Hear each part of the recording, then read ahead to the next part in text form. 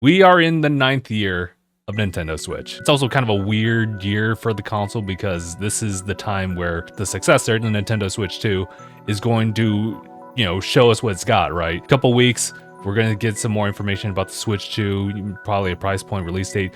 Let's put that aside for a second. The Switch has had a very good run and it's been a very great companion for all of us in here at Tanuki Media. With that said, in this video, I kind of wanted to do something different. I wanted to grab the core members of Tanuki Media, get them to talk about the anniversary for Nintendo Switch and, talk about the ups and the downs. Is it still worth it, Got a couple of these questions, asked all Tanuki members, including myself. And, without further ado, take a look. Also keep note, because this is something where everyone can actually answer these questions as well in the comments below. But, alright, please. Hey, fella, can I ask you something? Yeah, what's up? I want to know your thoughts now that we are going to the 9th year of Nintendo Switch. Switch is now 8, going on 9. How you feeling? What do you think about it? Old. I'm feeling a little old. As far as like when I played games before, I had like a really like brief period of not playing games a lot. I wasn't really thinking much about the Nintendo Switch year one. I knew that Breath of the Wild was going to be like a huge thing, something I'd fall in love with. But after that, I wasn't really thinking far ahead about like what the Switch would provide to me, like for years to come. I've had the Switch since day one. Can't believe it's already 8 years. It doesn't feel like 8 years. It feels like we just get new games every day. Having looked back on it, I feel like every single year there was always something that was super cool releasing on the Switch. Something that I was really interested in anyway. One of the things I give the Switch respect for was the hybrid, right? The hybrid factor of just like doing something super unique. Because that's usually what Nintendo does. They'll throw in some like wacky like gimmick that'll have a selling point from it.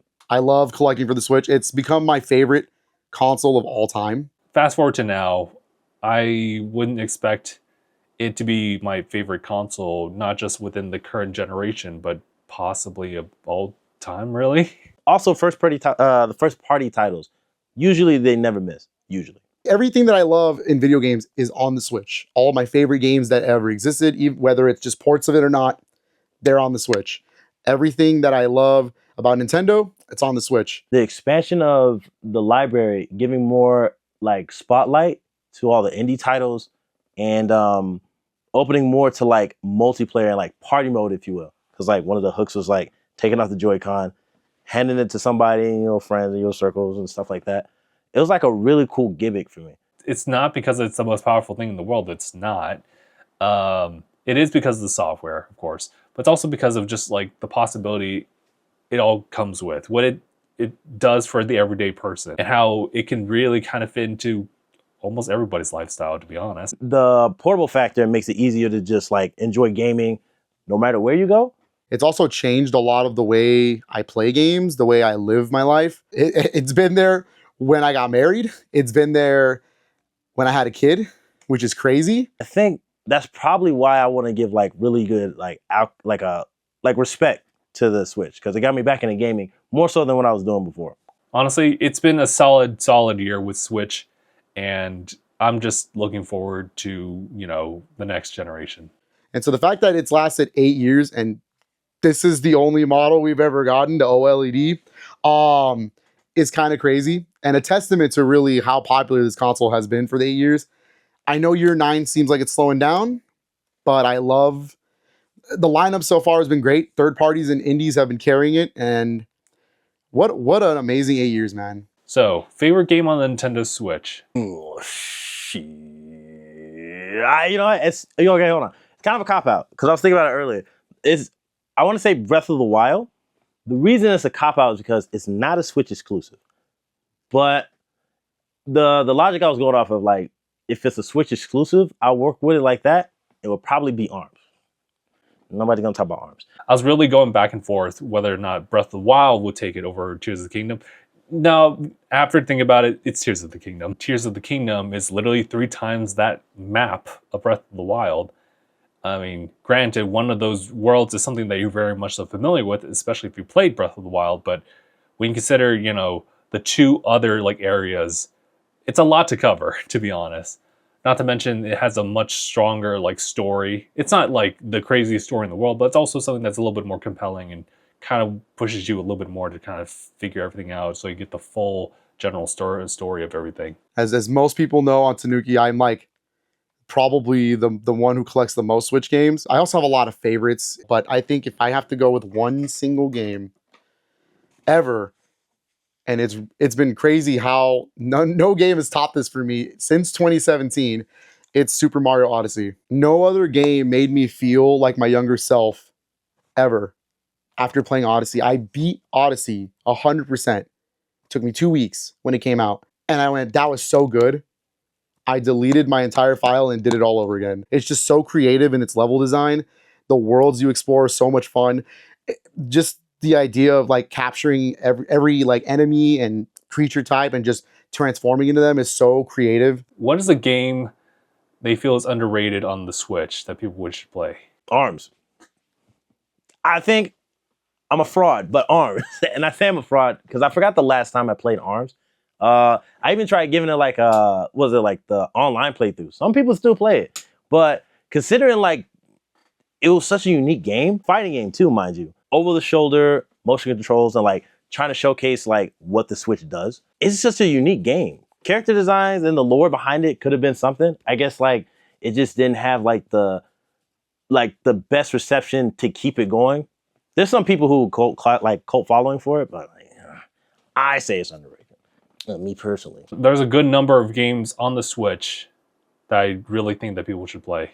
One of them is Legend of Nayata Boundless Trails. So yes, this is a multi-platform game, but it literally runs perfect on the Switch. So I mean, it's great. If you've been kind of looking into games like the East series, or you've seen like the Legend of Heroes, which it kind of has like a really resembling name to it. This is kind of low-key, kind of like a combination between the Legend of Heroes and the East series put together into a much more like action-oriented thing, kind of more East heavy. It's its own story. So because of that, you're able to just hop in wherever you are in like regardless of like the respective series, or you're just brand new, you can just jump in on this one.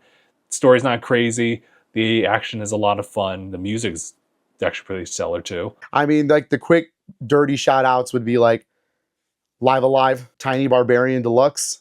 That's a great 2D platformer. Obviously, I will always mention the E series. I think everyone who's a big Metroidvania fan and a big retro game fan should play Monster Boy and the Cursed Kingdom. The Wonder Boy series was really newer to me on the Switch when they remade Wonder Boy the Dragon's Trap. So when I heard this was coming out, I was like, oh, cool, a new game in this series. I kind of want to play this. What I didn't expect was one of the best Metroidvanias in terms of like gameplay, animation, music. My God, the music. It's just so wonderful and creative. All the different like animals you can turn into and like use their abilities. It's great. No one talks about it. And that's such a shame. It came out in like 2018 and it hasn't like, there's some people who will mention it, but it's really like no one really talks about it. I highly recommend this. What's your least favorite thing about the Switch? Least favorite thing about the Switch was the customization. Not so much you can do with like themes as far as like anything else to give like the UI personality. Because it's like straightforward. When you go on your Switch, you pop in, you like select the row of games, you have more apps. Doesn't no real pomp and circumstance. It's kind of just like flat, which is okay. Like the library is pretty expansive enough to like, all right, I just want to get to the game. But then like getting to the game doesn't look as fun. Mainly, I only know the PlayStation. When you're on the homepage, like you'll go over a game, it'll have like the store and the hub, and then it'll have like a graphic or something where like it'll show like maybe like the latest DLC, but then it'll start playing music from the game. Kind of gives it like a little bit of I'm about to play Tekken, but like it doesn't do that with the Switch. So hopefully they can do like some themes and stuff like that later. To be real honest with you, I do not like navigating through the eShop. It's super slow. It doesn't have any curated titles like specific to my like personal playstyle or my favorite genre. Not to mention you have to kind of sift through a lot of shovelware when it comes to like coming soon or like great deals. Yeah, in search of like the game that really might speak up to you. But you might not even discover that. There was actually a couple of games that like Phil had introduced to me that I did not even know existed until I actually like prompt up the actual like search, which at the very least does its job, right? There should be a much more like convenient means of showcasing titles just right in front with you without even like asking about it, you know? Oh, we noticed that you play quite a lot of Fire Emblem, like both in Three Houses and Fire Emblem Engage. Why don't we recommend Unicorn Overlord, which is also a really really, really good game you should play. A couple of issues, but I think the main issue really is the lack of social features. In the year of our Lord 2025, the fact that I can't just send a message to the homies that are online and be like, hey, you want to play Mario Party right now? You want to play Mario Kart? Or hey, you want to squad up on Splatoon 3 or 2? Play online ranked? The fact that I have to use Discord or their Nintendo Switch app, that sucks. Like, I really just want more social features. If this thing had a party, bare minimum party chat and messaging would have gone a long way. And the fact that it doesn't have that is so wild to me. I get that it's security reasons, but there's parental controls on this thing for a reason. What are some things that are lacking in the Nintendo Switch, and how would you improve on them? I did talk about the eShop, so you could improve on that. eShop, that thing, woo, is so lacking. It's lacking in charm. Have you seen the eShop on 3DS and Wii U? Maybe add some like nice background music like you did with like, you know, Nintendo Wii Shop or, you know, 3DS. Like they had like really nice music to play in the background, and especially when like seasons had changed. It was like cute to look at. It was fun to navigate. Now, that's not the biggest issue in the world. The biggest issue is the lack of discoverability on the eShop.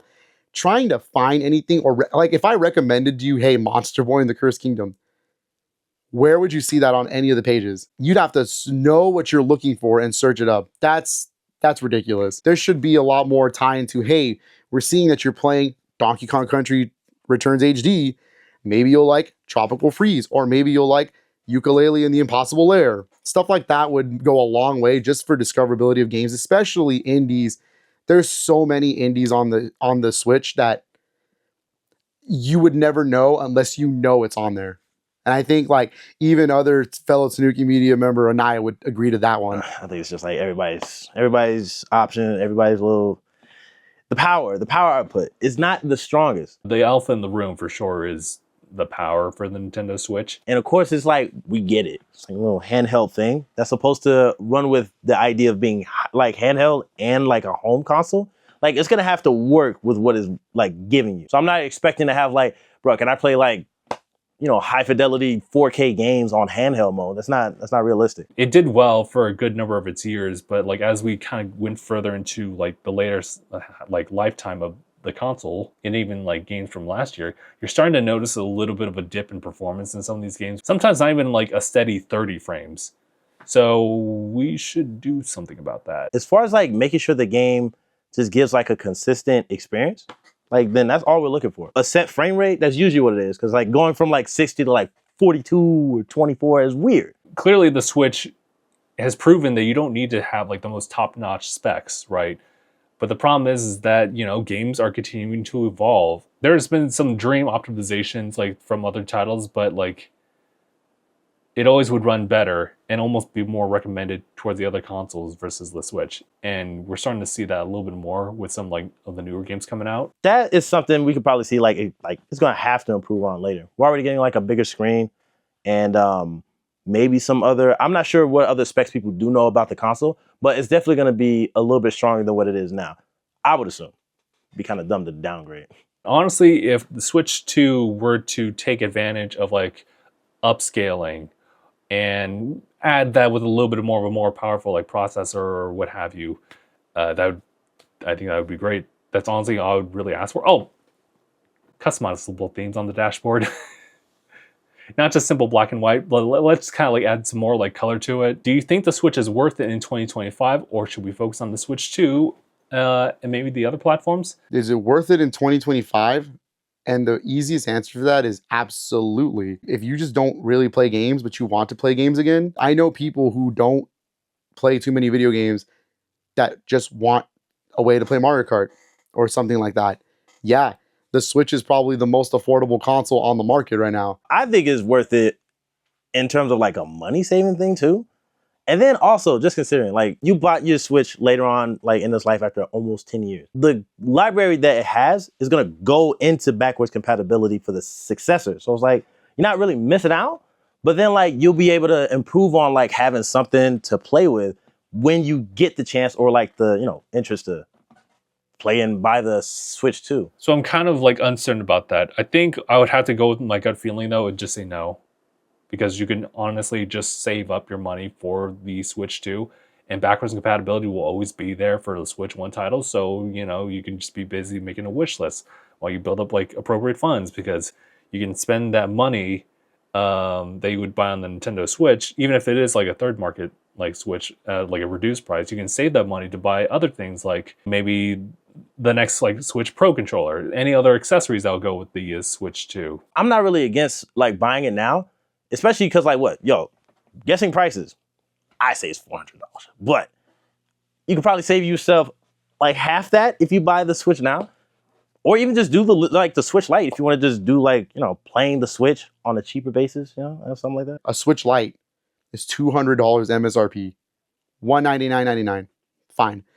But even then, that's still pretty good for getting what is essentially over 1,000 games in the library that I can even like remotely say I own and collect over there. Although I also see the good in just simply maybe saving a couple dollars for maybe the Switch Lite, or even like some Switch Lite on the third market. You know, I can understand if you can like kind of dollar cost things just by doing that. But ultimately, I would say save for Switch 2. New Marios, new Zeldas, new Donkey Kongs, new Kirby's. It's kind of like a win-win if you think about it in that way, where like everything moves with it for the game library. Smash Brothers, Animal Crossing, Bayonetta even. There's so many games that are accessible now, plus all of the retro games on the Switch that you can just play now. Nah, I wouldn't even say limited. That was something people keep mentioning. I was like, nah, it's pretty much expanded with like ports in the NSO and all the other games that even come on physically now. So you can do that.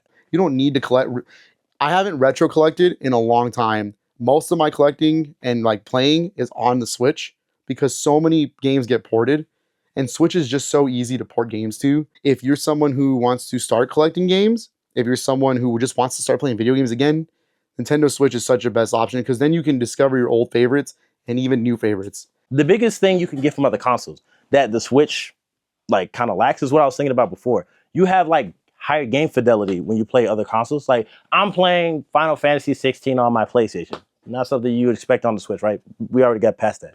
But that's like the only thing you can think about in terms of like buying the other consoles. I can expand on what I think about like PlayStation, but I don't really know what to speak on like a broader sense for other consoles. It just depends on what you're looking for. And there you have it, everybody. So again, directing the questions to you. What do you guys think about the anniversary for Switch now that we're entering the 9th year? What's your favorite Switch game? Is there any ups or downs of like the consoles so far? Underrated games also? Improvements that we could use for the Switch 2 now that we're especially around the corner, right? And lastly, is the Steam Deck worth it? Wait, no. Sorry, that's the wrong video, which you can check out right here if you want to. Thank you all so much for tuning in on this one. Like the video. Subscribe to Tanuki Media for more videos, especially with the Switch 2 coming up. We'll see you guys in the next one.